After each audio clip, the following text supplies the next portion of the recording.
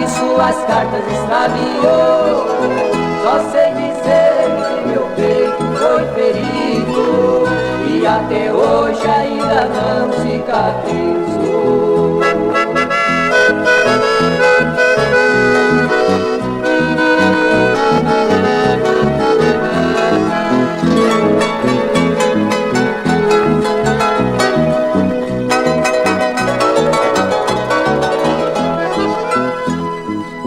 Todas as tardinhas eu vou lá no Banco Sal, passar de frente da casa que ela morou.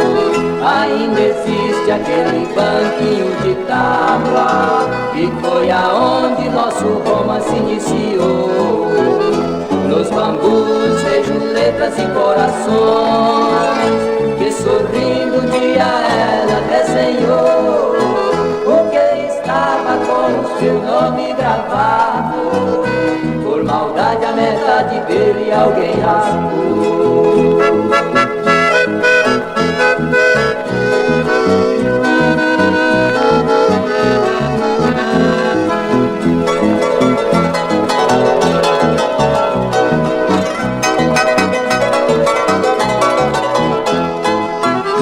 Pelas ruas da cidade vou andando, angustiado, com o coração a pulsar.